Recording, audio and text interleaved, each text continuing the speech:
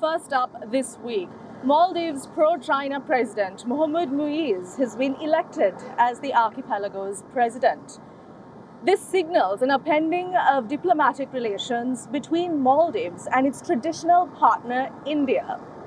Muizzu's India out policies will now give way for greater Chinese influence in the archipelago nation. Here's a look at how we decode the India-China influence and relations of the Maldives over the past few decades. Take a look. Mohamed Muizzu, thus far leader of the opposition, is now president-elect with 54% votes in the face-off with incumbent Ibrahim Soli. Till now the mayor of Maldivian capital Male and a surprise candidate of sorts, Muizzu will be sworn in as president of the Maldives on the 17th of November. Most notably in the geostrategic scheme of things, he comes to power on a strong pro-China and India out plank. Mohamed Muizzu was a minister during the pro-China Abdullah Yameen government between 2013 and 2018. Beijing-Male interactions had peaked at this time. President Xi Jinping visited in 2014. Maldives joined China's Belt and Road Initiative. Under establishment of a joint ocean observation center, China got greater access to the region.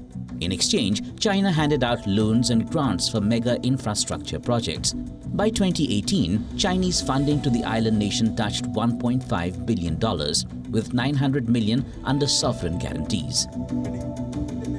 Ibrahim Soli, who won the 2018 elections, had reversed the course on Yameen's policies. He brought back focus to collaboration with India. Now, Muizzu taking the top post in the Maldives, a 100% Muslim nation, likely holds big repercussion for the island nation's relations with India and the region.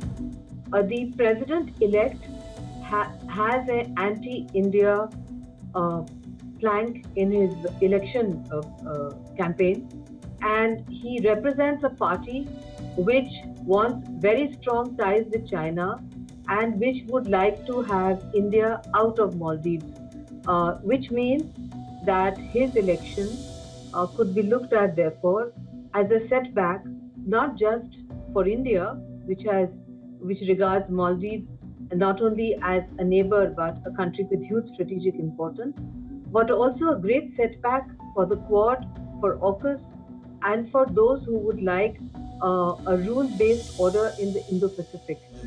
Notably, among Muizzu's first moves was asking outgoing President Soli to move pro-China, anti-India former President Abdullah Yameen from his 11-year jail term to house arrest. Indication perhaps that he means business on the China-India front.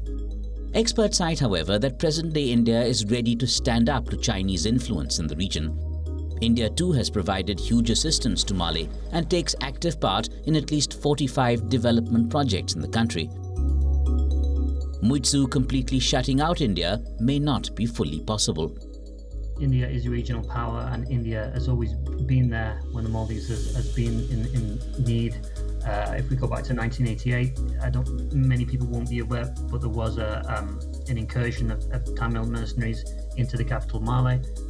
It was India that came and helped out. If we go to 2014 or 2016, there was a problem with the desalination plant. We had no bottled water in Mali. It was India that sent airdrops. It's just a geographical fact. I think that India is going to be the main partner. And the issue with the troops, I'm personally not aware of any increase in Indian troops. There will always be Indian troops in the Maldives helping out with technical issues. For example, there were helicopters that were donated to the country that required Indian pilots to fly for some time, and I expect that to continue. I personally think the India Out campaign was lazy populism from an opposition that doesn't really know how to operate. Yet in the Indian Ocean region, the alert for India through China's String of Pearls offensive does grow louder after Maldives went to Muizzu. China's ship docking in Sri Lanka, Nepal signing up to China's BRI, the Pakistan-China all-weather alliance, and now this augur ill. Disruption of Yoga Day celebrations at the Indian Embassy in Mali in 2022 had their origins in a perception that India was pushing a Hindu hegemony. It has built up from there to pro-China, anti-India Mohamed Muizzu coming to power. There's cause enough for alarm bells in New Delhi. India will be watching the new government's actions vis-à-vis China closely.